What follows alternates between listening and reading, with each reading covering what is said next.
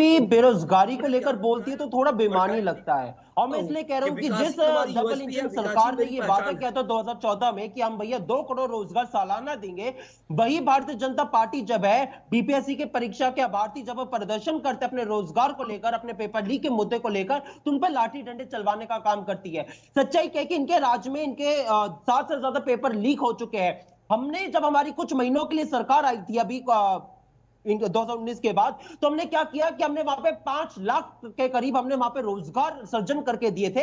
ये हमने करके दिया। कांग्रेस पार्टी ने अभी हाल फिलहाल में रोजगार मेला चलाया था जिसके तहत हमने कई हजारों युवाओं को वहां पे रोजगार देने का काम किया है विपक्ष की भूमिका में रहने के नाते। तो ये कांग्रेस पार्टी करती है जब बेरोजगारी को लेकर भारतीय जनता हमें ज्ञान देने का काम ना करे। अभी आप ये बड़ा महंगाई को लेकर बात कर रहे थे सब चीजों पे, अरे भैया आपने इसका जवाब देके जाइए। आपने बिहार की जनता से, बिहार के किसानों से, और ना ही केवल से बिहार बल्कि पूरे देश के किसानों से आपने जीएसटी लगा के इनका जो पूंजी जो है लूटने का काम किया है, और उसके बाद आज आप अपने राहत दे दिया 8 साल के बाद, आप खुद ही अपनी पीठ थपथपाने का काम कर रहे हैं। जीएसटी के नाम पे आपने लगातार इस देश की रीढ़ की हड्डी को तोड़ने का काम किया है, उस पर कुछ जवाब देके जाइए।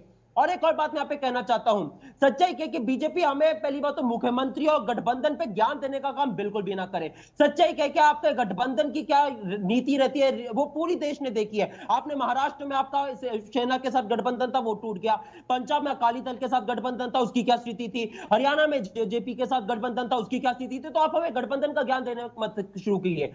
सच्चाई क्या कि आज विपक्ष जो है, आज बीपीएससी के जब अभ्यर्थियों की बात करते हैं, बेरोजगारी के मुद्दे पर बात करते हैं, तो राहुल गांधी जी सब इकलौते ऐसे नेता होते हैं जब वो बेरोजगारी के अभ्यर्थियों के साथ बैठते हैं उनके समस्याओं को सुनने का काम करते हैं। राहुल गांधी जी इकलौते ऐसे नेता हैं जब वो एससी एसटी ओबीसी छात्रों के साथ मिलते हैं तो सामाजिक न्याय की बात करते हैं। राहुल गांधी जी इकलौते ऐसे, अरे बीजेपी कौन सा आंकड़ा दे, बीजेपी के सारे आंकड़े तो फर्जी निकल आते हैं। आज वो कहते हैं कि भैया चौथी सबसे बढ़िया अर्थव्यवस्था है, लेकिन सच्चाई कि 80 करोड़ लोगों को जो है मुफ्त का राशन बांटना पड़ रहा है। बीजेपी कहते हैं कि हम जो है हमारी आर्थिक स्थिति बहुत मजबूत हुई है, लेकिन सच्चाई क्या है कि आज आपने गरीबी रेखा के अंदर जो है लोगों को धकेलने का काम किया। मनरेगा की आज स्थिति क्या है, मनरेगा की आपने लगातार बजट को घटाने का काम किया जिसकी वजह से जो है आज लोग बाग को महंगाई से समस्या हो रही है। इनका आंकड़ा क्या कहता है, इनका आंकड़ा ये भी कहता है कि भैया 40% जो मैन्युफैक्चरिंग सेक्टर घटा है।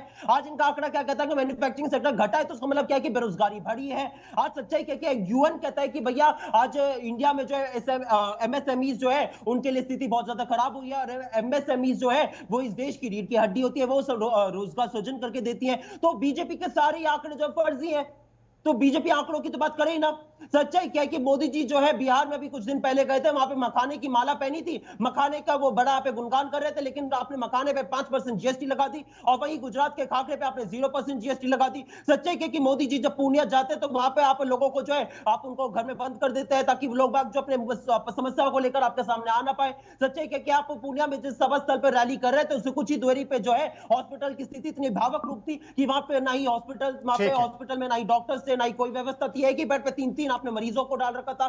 तेजस्वी यादव जी गए थे उनकी सभा स्थल से एक दिन पहले, उन्होंने वहां पे निरीक्षण किया था, पता चला था कि वहां की स्थिति क्या है।